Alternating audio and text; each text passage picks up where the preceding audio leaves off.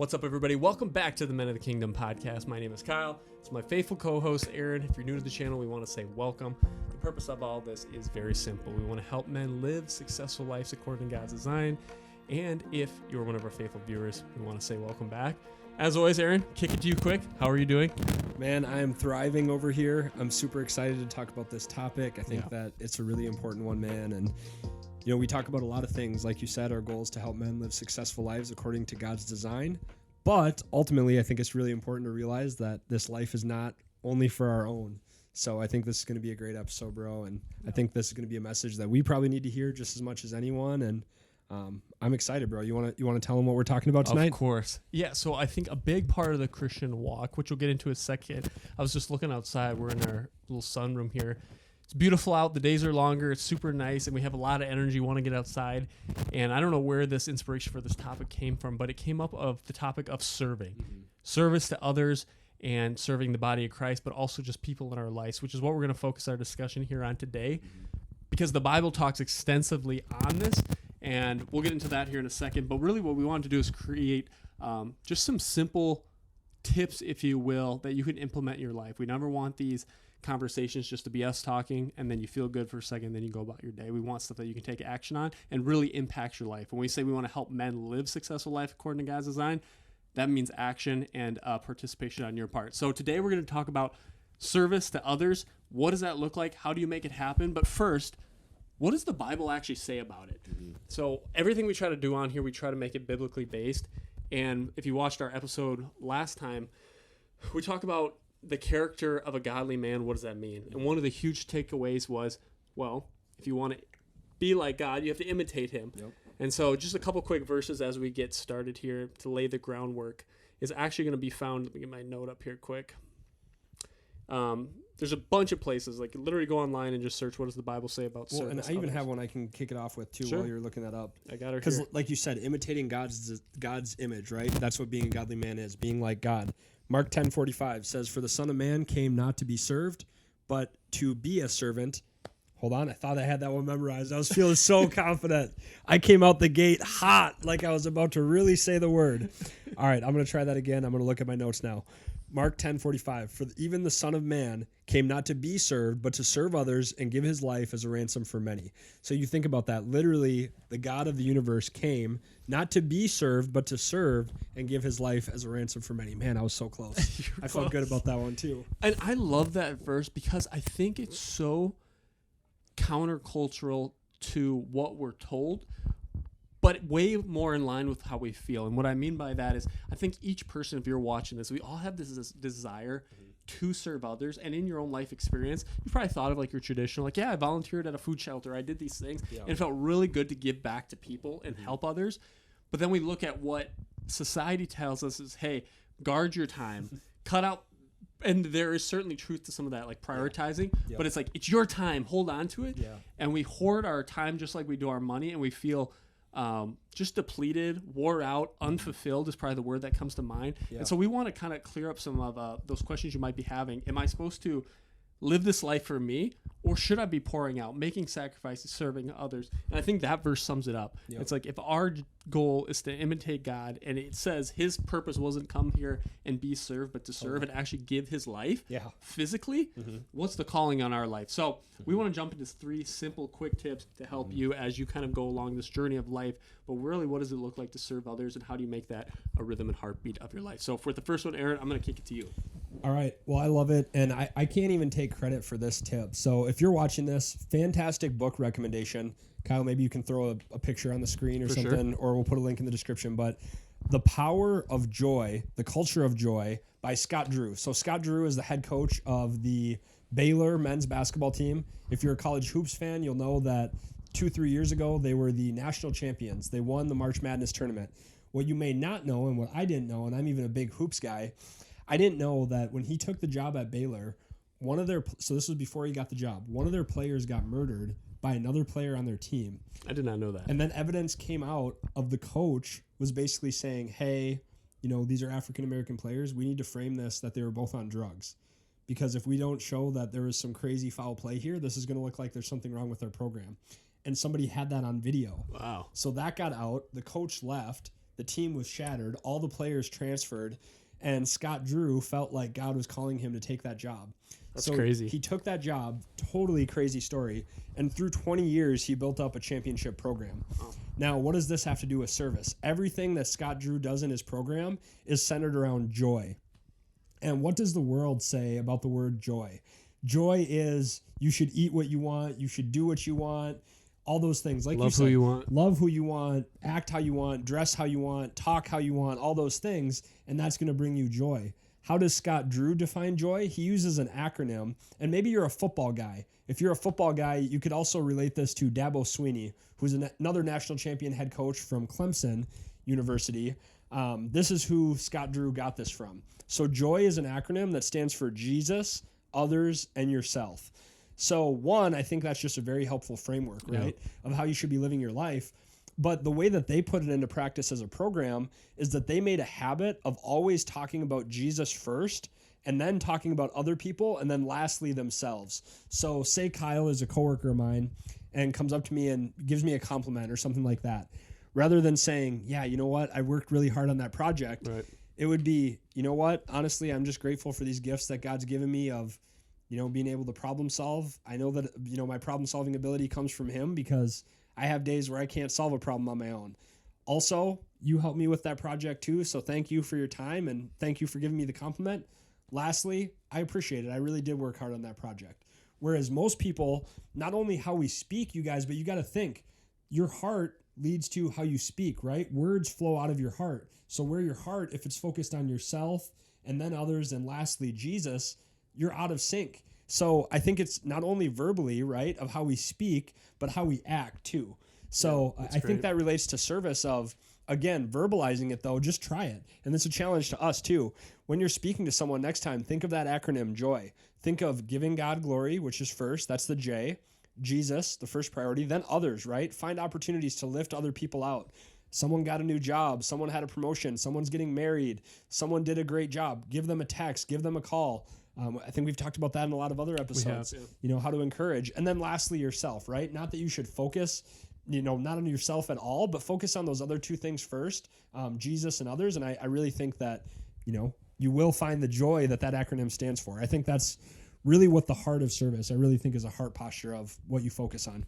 100%. And I think going into this idea of service, we talk about this a lot on other episodes, especially around the topic of love. Mm-hmm. It's like you can't fake love. You have to be filled up with love in order to pour that out, a genuine love people can feel. And I think that's so true with the service. And we've probably all been there where it's like, I need to go serve because I feel guilty if I don't. Or like this person asked me, what are they going to think if I don't? And God knows your heart. So I think just being in that heart posture of like, no matter what accolades I get or whatever, my first inclination is, I would have nothing of this without Jesus. So I'm giving him the credit. Others, like think about anywhere you're in life, you wouldn't be there without other people. And then also recognizing like the talents God's given you and like taking credit, I guess, if you will, but just like, it's okay to recognize when you work hard. So great tips. Second piece, when we think about service, I think especially in the faith community and the Christian community, we think it has to be doing something you don't enjoy. Like it's not holy unless it's something that I would normally not do. And I think that's so far from the truth. And I have a verse here too. And we talked about this on a previous episode. I can't remember which. Which I'll get to in a second. We have a whole episode dedicated to recognizing your gifts. And this was one of the passages we used, which it's a great episode too. Really, really good one. I think just to get clarity for yourself, but it's 1 Peter 4:10 says, as each has received a gift, use it to serve one another as good stewards of God's very grace. I love this verse because it says, as each has received a gift, meaning everyone has been given a gift. And a gifting is something you're usually good at. And I don't want to ruin the whole episode, but there was some practical tips in that one we covered where how do you even recognize your gifts and your talents and abilities? Because I think we all have this question of, what am I good at? Like, what do I excel at? And so watch that episode. It'll clear up a lot of those questions. But I think that's the second point is serving doesn't have to be hard in the sense that if you're not good at it, then that's something you need to pursue. Right. Recognize your gifts. And if God's given you abilities to be an absolute great communicator with somebody and really draw them out, understand their heart, pursue that. If someone's giving you the great gift of moving furniture and just being like a physical grunt for somebody, go do that. There's so many capacities that God's given us to serve the body of Christ, but also just people in the world to help show him his love. And so that would be my second tip is think about those things you really enjoy or things you want to get good at, and how can you kind of combine those things where I really enjoy this or I want to learn it, but it's also a tangible way to serve and bless somebody else. There's so many opportunities, and we always think it's the big things where I got to raise money for them or I need to just do X, Y, Z. Sometimes serving is, and I'm not married, but maybe it's getting your wife a cup of coffee in the morning because you know she like there's some really small ways, or like we talked about it too, like on an episode around gratitude and appreciation, like serving someone could be texting them and recognizing something they accomplished or something you appreciate. It goes so far. And so that would be tip number 2 is recognize your gifts, but look for opportunities to use the giftings God's given you, because I think you're going to maximize those and you're going to benefit the people even more than if you tried to just like fit your way into something you weren't interested in and weren't good at. And you're going to feel fulfilled too. Like, not to ramble on here, but one of the things I think Aaron and I share in common is like our ability to connect with other people and build relationships. I get filled up from that versus other things, maybe just like crunching numbers all day might be beneficial to whatever you're serving, but that's not where I feel fulfilled, and that's not using my abilities to the maximum. So that would be my second piece of advice. Well, I kind of had a quick thing on that and a follow-up question. So the question, to give you some time to mull it over, was, do you have an example that you could share of a time where somebody served you and you feel like it was really in alignment with their gifts? And another previous episode that came to mind is we interviewed Greg Pavette, who is the executive director and founder of the Humanity Alliance. And Greg said it in a really funny way. Greg's an awesome guy. He said, I probably could, because he runs a nonprofit. That's what he's doing. He feels like that's what the calling that God's put on his life. He runs a nonprofit where they rescue excess food, turn it into nutritious, ready-to-eat meals, and then deliver it to people's doorsteps. He said, I probably could have gotten a job in the for-profit world. I remember this. One of the most legendary Men of the Kingdom quotes of all time. He said, I could have been the Target gum guy. Selling gum. Yeah, meaning he could have just worked for a big corporate company, cashed out, and just taken the easy road. But he said, that's not what I do. Right. That's not the way God has wired me. That's not what my path is. That's not my mission. So I think that's a really important one. You should check out that episode. 2, if you're watching this and you're in the Minneapolis area, check out the Humanity Alliance. Fantastic volunteer opportunity. And I would say that too, to kind of provide a spin on yours. There's certain volunteer opportunities like what they do. You go there, you're just putting in work. You might be cutting up food. You might be delivering meals. Now listen, if you have a car, you might have the gifting of you're able to drive, right? A lot of times in America, we take everybody having a car for granted. There's a lot of people that don't have vehicles, right? So you could serve people literally by just delivering meals. You don't really need a lot of talents to do that, but it's incredibly important. Every person who serves meals is literally providing nourishment to a family from Friday afternoon all the way through Monday morning. Pretty much no skills are required for that. So just to say, I think that tip is fantastic. Align your strengths, but also at the same time, there's plenty of service opportunities where you could argue you need minimal strengths. Just use the resources God's already given you. Yeah, I think there might be some confusion around serving and the purpose of serving. I think the barometer I would use, or the gauge, would be, does what you're doing reflect God's love and point people towards Jesus? That's ultimately what we're here to do, is lead others to him.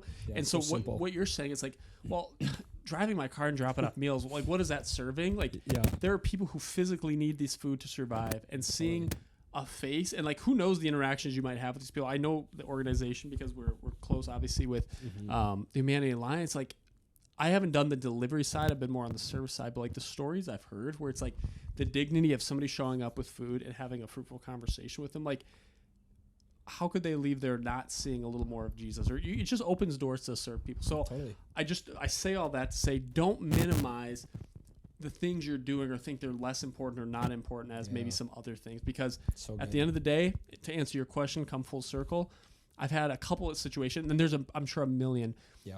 But things that people did for me that might from the outside be like pretty small things, but made me feel really served and loved. The first one is Ryan and Nikki, who I'm going to be actually officiating their wedding. I'm super excited for. It's going to be hype. Really, really fun.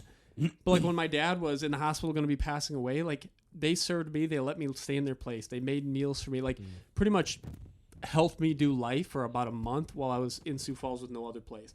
Our connection group sent gift cards, small act of service, so I could eat and not have to worry about meals. I've had other people where I was going through tough times in life unrelated to that. Maybe I think it was a breakup situation, just being a listening ear and like providing godly truth. Like they served me in their talents and their abilities, and like those are just some examples. But I'm sure just like you have or anybody you talk to, like it's usually those small moments. And I wish I had my book here. I was telling Aaron, I finished this book called Unreasonable Hospitality. Great book. And there's a quote in there where they talk about, it's not I'm going to butcher this quote, but it's basically along the lines of, it's not how much a gift costs, but like essentially the meaning behind it. And the story he gave where there's these guys visiting New York, which is where the restaurant's based. Yep. And they're like, man, we ate at all these fancy restaurants. We did all these things. The only thing we didn't get is like a hot dog off this, like a street market hot dog, just like a $2 thing. Yeah. And so the guy who wrote the book overheard him. He went next door, got a hot dog, gave it to his chef, said, hey, like prepare this on like a fancy plate, all this. He brought it out to these guys, and they just went crazy. It cost him $2 for a hot dog, but it like topped their experience off. They talked about it forever. And so I think that's just true with serving too. It's like those small, really small things where maybe you didn't give somebody 10 grand so they can do whatever they need to do or pay for a health situation. Maybe it's your time of just listening. Maybe it's a phone call where that's actually invaluable. So you can't put a cost on service, and you just have to listen to like where God's pulling you. So hopefully that answers your question. I love that, bro. I love that. And you think too, it's like you never know how God's going to use that, right? Yeah. Your act of service could be taking something off a coworker's plate and saying, I'm going to do this thing for them because it's a crappy job that nobody wants to do, but I'm going to free them up so they can do something else. Yeah. Like just, that's so good, man. And I think when you're looking for those opportunities, you will find them. 100%. Which ties us into our third and final point, you guys, which is plan out your service. So you might say, really okay, duh, of course I need to plan out my service. Okay, you're watching this. I'll ask you, I'll spot check you right now. When is the last time you have planned out your service? If I opened up your calendar, whether physical or digital, be honest with me. Is there times on there where you're serving the Lord, where you're using your gifts, or you're just finding general opportunities to reflect God's kingdom by actually serving with your time? Could be with your time, could be with your money, could be with other resources. And I'll be the first one to admit, if you open my calendar right now, you're going to find workouts on there. You're going to find meetings. You're going to find Men of the Kingdom podcasts. You're not going to find a lot of service. I have been serving to some capacity, but, and even this too, this goes into my point. If you're watching this and there's something that's been on your mind or that God's put on your heart of, oh, you know what? I really should sign up for the Humanity Alliance. Or you know what? My church has asked for this, whether it's somebody to fill a role or this donation or whatever, and there's something that God's put on your heart that you've been thinking about, maybe you wrote down that you forgot about, pause this video and go do the thing. Go to the website, make the call, make the text, sign up. A lot of churches have where you can sign up to serve on their website, and once you're in their system, you're in. But I think that there's a law of diminishing intent, meaning that the longer the time from when you decide you want to do something to when you do it, the less chance that you actually do it. So whatever God's put on your heart from this episode, stop it right now and go and sign up and do that thing. So I think that's the last point, man, is that the Lord can give you gifts. You can have great people all around you that are blessing and willing to serve with you. And that could be a sub point too, maybe a bonus fourth point. Find people to serve with. Some of my favorite memories serving are with you, with my wife, with our friends. And we're not always doing fun work either. We've literally been doing backbreaking. We joke all the time that some of the service that we get called to do is the worst jobs. It's jobs you don't want to be doing, the dirty jobs. But I think when your heart's in the right place and when you feel like it's something that God's calling you to do and you're doing it with people that you love, man, it doesn't get any better than that. I've enjoyed some of those times better than going on vacations or, going to a really nice dinner. Like there's just something about giving your time up in a way that's not just all about you, and especially with people that you love, that you just can't beat it.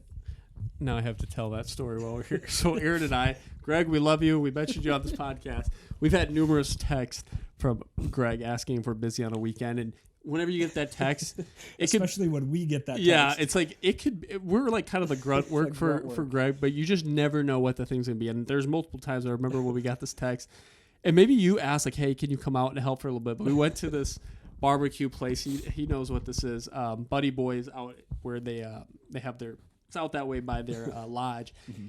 And there was a 53-foot like semi-trailer full of, I don't even remember, like potatoes. Like processed eggs, just stuff that had some weight to it. Things that probably should have been moved with forklifts. Like it was pallets full of these things. And semi. This man and I were in there hand by hand moving these boxes from one to another cooler, whatever it was. Probably took us, I don't remember how long, hour and a half, 2 hours, 3 hours, whatever it was. But it's something we look back on and it's funny, but we might not see, like our service stopped there, but I know that food went on to serve hundreds of people, kids, families throughout the metro where we live. We'll never know where that went, but that's one of my favorite. I mean, ton of memories, but like a cool thing I can look back and say, yeah, Aaron and I served. So I think that's a good point too. Is like, service isn't necessarily meant to be done alone too. And some of my favorite memories and like times I've had the most fun is volunteering with you, with our friend group, my connection group. Like you're having fun. It doesn't feel like work when you're there. It's like we're all here doing the same thing, which is to accomplish this goal, to serve other people, and hopefully give them hope. And so I think that's kind of like a fourth bonus tip. One, because it's a lot more fun, but two, accountability. Like if you have something scheduled and I know Aaron's going to be texting me like, hey, are we still on for this day? Like I'm probably going to be there a lot more versus like if it's just me, I'm probably going to find an excuse. Yeah, easy to cancel. Yeah. So quick recap. When we talk about serves, one is prioritize and your heart posture. Aaron gave the acronym of JOY, which I love. Jesus, others, you. Whether you're getting credit or whatever you're doing in life, prioritize those three things first. Whether it comes to service, like, hey, this is for Jesus, not for me or for anything I need, that's going to change your heart posture. The two is identify what your gifts are. Like, what do you want to do or what do you want to get good at, or how can you use your abilities and God-given talents to serve the body of people around you? That's the other one. And then three, which is so huge, and I think, I don't know if it's as we age or just the way the world's moving, your time is, and you probably feel this more than me because you're married, but your time is your most valuable asset, as we know, but it seems like it's harder to find more time to do other things. And so the prioritization, like your calendar and your time, is a direct reflection of your priorities. And that's just the truth. And that's an area I can improve on as well. So schedule that stuff out. Maybe it's once a month. Maybe it's 3 times a week. I don't know what that cadence is for you, but I think being intentional is far more important than, I don't want to say what you're doing, but if you had a scheduled time, like, hey, Friday night at 7 p.m., I'm going to text this person, or I'm going to give this money to this person, whatever it is. Like, it can literally take you 5 minutes to do that service, but it's intentional and your heart's thinking about that. I think there's something really powerful about that. I think like working out, the more you schedule it and make that a habit and flex that muscle, it's going to be something you look forward to. So, and then the fourth bonus tip, if you will, is find people that you can serve with and build them up. They're going to build you up. You're going to have a lot more fun as you do your service, and you'll have that accountability as well. So, Aaron, thanks for bringing the heat there. Any final closing thoughts from you? Man, I just want to thank the Lord for giving us these gifts. I want to thank the Lord for this microphone. I want to thank the Lord for this audience. I want to thank you guys for giving us what Kyle said is your most valuable gift, your time. Yes. And lastly, I just want to say thank you for how filled up we are every single time that we get the privilege to share this message with you all. So I hope you guys got some good nuggets for this. I hope you took notes. I hope if you're still watching this, that means that you already paused the video. You already signed up for some service opportunity. So thank you guys for joining us. And remember, until next time, keep advancing the kingdom. Have a good night, everybody.